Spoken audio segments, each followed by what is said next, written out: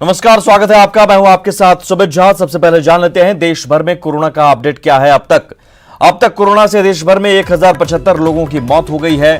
पिछले 24 घंटे में 1823 नए केस सामने आए हैं। आंकड़े बढ़ते जा रहे हैं। 60 साल से ज्यादा के मरीजों का डेथ रेशियो 51% है, यानी मरने वालों में 60 साल से ज्यादा उम्र के मरीज ज्यादा थे, आधे से ज्यादा थे। स्वास्थ्य मंत्रालय ने यह कहा है। बिहार में आज 19 नए मामले सामने आए हैं कोरोना के, और इसी के साथ बिहार में कुल 422 कोरोना पॉजिटिव मरीज हो गए हैं। आंकड़ा 400 के पार पहुंच गया है। वहीं 19 नोडल अफसर को नियुक्त किया गया है बाहरी लोगों को लाने के लिए। बाहर से हालांकि आने वाले लोग सिर्फ बस से यात्रा कर सकेंगे। एकमात्र विकल्प बस है। लोगों को लाने के लिए ट्रेन नहीं चलेगी, निजी गाड़ी को परमिशन नहीं होगी, समूह में ही लोगों को लौटना होगा।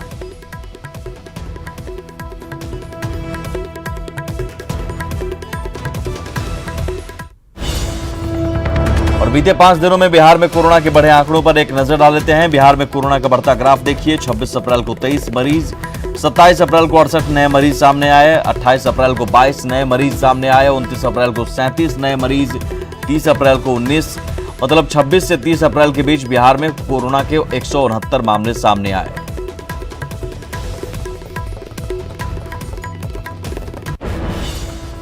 बिहार के बाहर फंसे लाखों लोगों और छात्रों को वापस लाना सरकार के लिए मुश्किल साबित हो रही है। बिहार के लिए लाखों लोग बाहर फंसे हैं, लेकिन उन्हें लाने के लिए बसें नहीं हैं। डिप्टी सीएम सुशील मोदी ने स्पेशल ट्रेन चलाने की मांग की, लेकिन गृह मंत्रालय ने साफ कर दिया है कि बसों के जरिए ही घर वापसी होगी। विशेष ट्रेनों की व्यवस्था की जाए, नॉन स्टॉप ट्रेन, बिना स्पेशल ट्रेन से की व्यवस्था किए भी बसों से लाना संभव नहीं होगा। बिहार के डिप्टी सीएम ऐसी बातें क्यों कह रहे हैं? क्यों केंद्र सरकार की नई गाइडलाइन से हटकर बस की जगह ट्रेन चलाने की मांग कर रहे हैं? तो जरा समझिए। एक अनुमान के मुताबिक 10 लाख लोग बिहार वापस लौटना चाहते हैं, जबकि बिहार में सरकारी बसों की कुल संख्या महज 600 है और प्राइवेट बसों की संख्या करीब 15,000 है। सोशल डिस्टेंसिंग के मुताबिक एक बस में 25 लोग बैठ सकते हैं, यानी सभी बसों को लगा भी दिया जाए तो लोगों को बाहर से लाने में महीनों लग जाएंगे। ऐसे में बस से कामगारों को वापस लाना मुमकिन नहीं दिखता। वैसे बिहार सहायता ऐप पर 27 लाख लोगों ने रजिस्ट्रेशन कराया है और बिहार सरकार ने 17 लाख लोगों को 1-1 हजार की सहायता राशि दी है। ये तो महज कुछ राज्यों के आंकड़े हैं।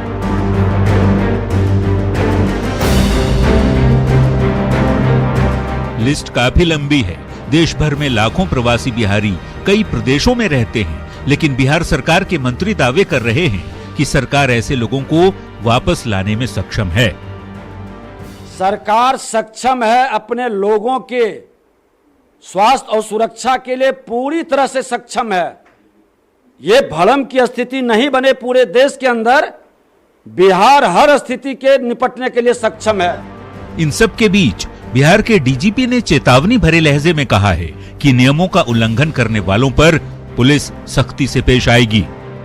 बॉर्डर पर जहां भी राज्य की सीमा है, सीमा पर हम लोगों ने क्वारंटाइन सेंटर बनाया है।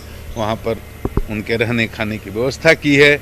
छुप करके बिना अपना टेस्ट कराए गांव में लोग अगर जाएंगे, घर में जाएंगे, तो वो ठीक नहीं होगा। वो लॉकडाउन के नियम का उल्लंघन है। इस पर वो कार्रवाई हो सकती है। जाहिर सी बात है, गृह मंत्रालय की नई गाइडलाइन के मुताबिक कुछ शर्तों के साथ प्रवासी मजदूर और छात्र अपने प्रदेश वापस लौट सकेंगे, लेकिन शर्तों के साथ ही सवाल यही कि आखिर इतनी बड़ी संख्या में लोगों को वापस कैसे लाया जाएगा। न्यूज़ 18 के लिए पटना से आनंद अमृतराज और अमित कुमार के साथ ब्यूरो रिपोर्ट। गृह मंत्रालय से हरी झंडी मिलने के बाद बाहर से आने वाले बिहारियों को लेकर स्वास्थ्य विभाग ने तैयारी पूरी कर ली है। स्वास्थ्य मंत्री मंगल पांडे ने कहा कि सभी प्रावधानों को ध्यान में रखते हुए बाहर से आने वालों की स्क्रीनिंग कराई जाएगी। स्वास्थ्य विभाग ने सभी जिलों में से लेकर विशेष टीम का गठन भी कर लिया है। स्वास्थ्य विभाग ने पूरी तैयारी की हुई है कि हमारे बिहार के जो भी भाई बहन बिहार में आएंगे, उनको जो यहाँ पे आने के बाद उनकी स्क्रीनिंग करनी है या जांच करानी है, तो उसके लिए हमने जिलावार अपना टीम बना लिया है और उसकी रचना तैयार कर ली। संख्या ज़्यादा है, जो बिहार से बाहर के छात्र हैं, मजदूर हैं या फिर अन्य लोग हैं, तो उसको लेकर विशेष टीम का गठन। निश्चित रूप से एक अनुमानित संख्या के आधार पर ही योजना बनाई जाती है और स्वास्थ्य विभाग ने जो योजना बनाया है अनुमानित संख्या के आधार पर ही बनाया है। एक अनुमान आ रहा है कि अभी तक राज्य से बाहर रहने वाले कितने लोगों को आपदा विभाग से राहत की राशि भेजी गई है, उसमें से अनुमानित लोग आ सकते हैं। कोरोना के बढ़ते मामलों के बीच पटना से एक अच्छी खबर है, जहां एनएमसीएच से एक साथ 17 मरीजों को छुट्टी दे दी गई। स्वस्थ हुए मरीजों में 6 मुंगेर, 5 नालंदा, 4 सिवान के रहने वाले हैं। इसके अलावा एक मरीज सिवान और पटना का है। तीसरे सैंपल की जांच में सभी की रिपोर्ट नेगेटिव आई, सभी को उनके घर भेज दिया गया है। मरीजों ने डॉक्टरों को धन्यवाद दिया। एनएमसीएच से अब तक 51 कोरोना पॉजिटिव मरीज ठीक होकर घर लौट चुके हैं। इंतजाम बहुत अच्छा रहा। डॉक्टर लोग हर वक्त आते थे, कोई ना कोई डॉक्टर आते रहते थे, हम लोग का हालचाल लेते रहते थे। खाने पीने का भी बढ़िया सुविधा था, किसी का कोई तकलीफ नहीं था। पानी का, ये का, चाय वाय सब हम लोग को मिलता था। बहुत अच्छे में रहे। ये तो अस्पताल के लिए तो बहुत बड़ी उपलब्धि है। ऐसे समय में जब दूसरे सेंटर्स में प्रॉब्लम हो रहा है, हमारे सेंटर में अभी तक जो हम लोग आज एक कामनुआ पेशेंट 51 पेशेंट जो हम लोग कर रहे हैं उसको डिस्चार्ज कर रहे हैं ठीक करके। एक भी हमारे यहाँ कोई अभी तक प्रॉब्लम नहीं हुआ है और हम उम्मीद करते हैं कि आगे भी हमारे पेशेंट ठीक होके जाएंगे। और ये ऐसा हमारी टीम के लिए, जो हमारी टीम काम कर रही है, उसके लिए बहुत कॉन्फिडेंस का बात है। वहीं कोरोना संक्रमितों को राहत पहुंचाने के लिए बिहार सरकार लगातार काम कर रही है। मुख्यमंत्री कोरोना को लेकर चलाए जा रहे कार्यक्रमों की लगातार समीक्षा कर रहे हैं। बिहार के बाहर फंसे प्रदेश के लोगों के अब तक 28,29,000 आवेदन मिले हैं, जिनमें से 17,69,000 आवेदकों के खाते में 1,000 रुपए ट्रांसफर किए जा चुके हैं। जो भी बिहार के बाहर जरूरतमंद लोग हैं, फंसे हुए हैं लॉकडाउन के कारण, उनकी सहायता के लिए जो मुख्यमंत्री विशेष सहायता में 1,000 रुपये प्रति व्यक्ति की राशि दी जा रही है सभी को। इसके अंतर्गत जो रजिस्ट्रेशन की संख्या है वो आज बढ़कर 28,29,000 हो गई है। कोरोना काल में सब परेशान हैं, क्या गरीब और क्या अमीर। लेकिन इस संकट के दौर में भी सियासी पार्टियों से जुड़े लोग राजनीतिक रोटियां सेकने से बाज नहीं आ रहे। भले ही राहत सामग्री वितरण का निर्देश पार्टी की तरफ से आया हो, लेकिन फूड पैकेट पर नेताओं के फोटो लगाकर लोगों को सामग्री बांटी जा रही है। देश, दुनिया, शहर, गांव, हर तरफ कोरोना का संकट गहराया हुआ है। लोग परेशान हैं, अमीर, गरीब सब त्रस्त हैं। लेकिन कोरोना बंदी में भी सियासी पार्टियों से जुड़े लोग अपनी सियासत चमकाने में पीछे नहीं। कुछ ऐसी ही तस्वीरें आई हैं जो संक्रमण के खतरे से इतर राजनीति से जुड़ी है। जरूरतमंदों को फूड पैकेट बांटे जाने की ये तस्वीर भागलपुर से आई है। देखिए कैसे राहत सामग्रियों से भरे इन बोरियों पर सियासी पार्टी का चिन्ह और नेताजी का फोटो चस्पा है। कमल छाप ये तस्वीर बताने के लिए कि हम ही हैं आपके सच्चे रहनुमा। गरीबों की मजबूरी पर राहत का मरहम लगाते युवा नेताजी का तर्क भी सुन लीजिए। ये सिर्फ कि मदद दिया जा रहा है, इसमें अभी इलेक्शन से जोड़ के इसको देखने की कोई आवश्यकता नहीं है। राजनीतिक लोग हैं तो बस। अब जरा दूसरी तस्वीर भी देखिए जो गोपालगंज से आई है। सदर प्रखंड के विशुनपुर बांध पर महादलित परिवारों के बीच जो राहत सामग्रियां बांटी जा रही हैं, देखिए उस पर नेताजी की फोटो चिपकी है। हाँ, इस बार इन राहत सामग्री की सियासी मार्केटिंग दूसरी पार्टी के लोग कर रहे हैं। लालटेन छाप ये तस्वीर बोरियों पर लगा दी गई है।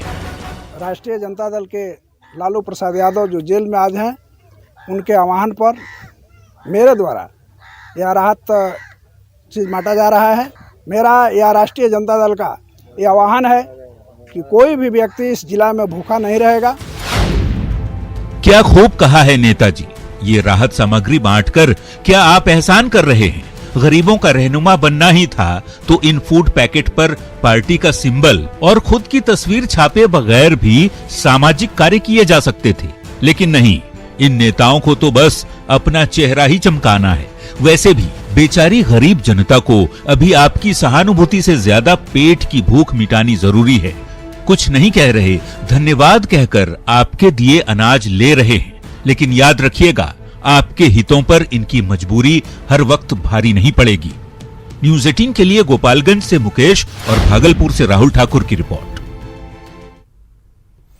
कोरोना बंदी के बीच मुजफ्फरपुर में बागमती परियोजना के बेतुके फरमान से हजारों की आबादी परेशान है। बागमती परियोजना के अधिकारियों ने ग्रामीणों को 1 सप्ताह के भीतर जमीन दावा संबंधित सभी कागजात कार्यालय में जमा करने को कहा है।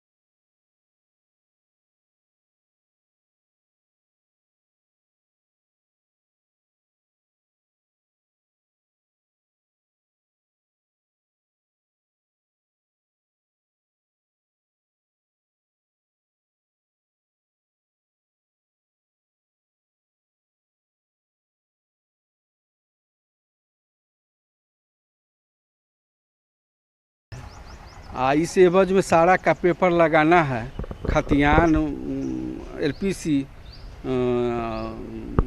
1000 का स्टाम्प, ये सब लगाना है। तो कोरोना में तो रसीद तो कटबे नहीं करता है। दिक्कत यही है, जो मेरे घर का जो नापी करके ले गए तो बिल्कुल कम 1.5 डिसमिल में किए हैं, जबकि 15 डिसमिल में मेरा घर है। 41 डिसमिल रकबा है। बोलते हैं सुधार करने के लिए, बोलते हैं कहीं कुछ नहीं होगा, जो है वही पेमेंट मिलेगा। बागमती परियोजना 1965 में लाई गई थी। कटरा इलाके में लखनदेई नदी और बागमती नदी की धारा को 3 किलोमीटर के पेटी में दोनों छोर पर तटबंध का निर्माण करना है। मुजफ्फरपुर में साल 2007 से ही बागमती परियोजना की ओर से औराई, कटरा और गाय घाट के कुछ हिस्से में तटबंध निर्माण का काम चल रहा है। औराई प्रखंड के उत्तरी और दक्षिणी तटबंध का निर्माण पूरा हो चुका है, लेकिन वहाँ के लोगों को मुआवजा देने, तटबंध के बाहर जमीन अधिग्रहण कर फिर से गांव बसाने का काम आज तक पूरा नहीं हुआ है। इसके उलट मुआवजे की मांग करने वाले विस्थापित संघर्ष मोर्चा के लोगों पर धारा 302 जैसी धाराओं में नामजद आरोपी तक बना दिया गया है। ये तो आज नोटिस, फर्स्ट नोटिस हो रहा है गंगिया को। इससे पहले नवादा जहां आप खड़ा हैं, इसका नोटिस 14 में हुआ, 16 में हुआ फाइनल। उससे पहले 14 से नोटिस है, लेकिन फाइनल पैसा भुगतान के लिए 16 में हुआ। आज तक उसका भुगतान नहीं हुआ। सबका मूल्यांकन लग चुका है और केवल उसको नोटिस करना था। उधर बागमती परियोजना रून्नी सैदपुर सीतामढ़ी के कार्यपालक अभियंता का कहना है कि उन पर ग्रामीणों की ओर से जल्द भुगतान करने का दबाव था, जिसकी वजह से आनन फानन में नोटिस निकाला गया। हालांकि तय समय सीमा के बाद भी जमीन के कागजात जमा करा सकते हैं।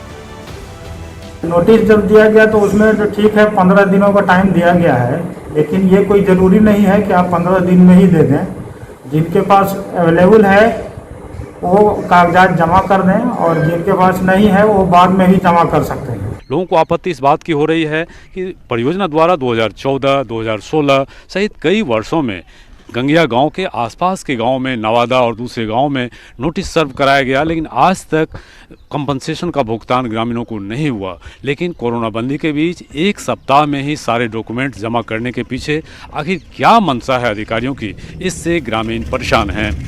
कैमरामैन संजीव के साथ प्रवीण ठाकुर, न्यूज 18, कटरा, मुजफ्फरपुर।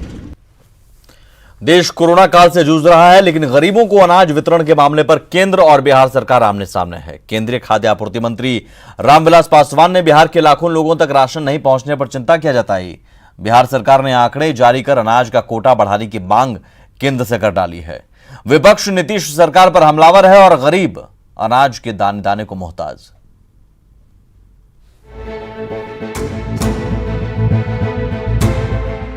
कोरोना संकट के बीच अनाज और राशन वितरण को लेकर केंद्र और राज्य सरकारें आमने सामने आ गई हैं। दरअसल केंद्रीय खाद्य उपभोक्ता मंत्री रामविलास पासवान ने बिहार में राशन कार्ड से वंचित करीब 14 लाख लोगों को लेकर चिंता जताई थी, जिसकी पुष्टि लोजपा के राष्ट्रीय अध्यक्ष चिराग पासवान ने भी हफ्ते भर पहले की थी।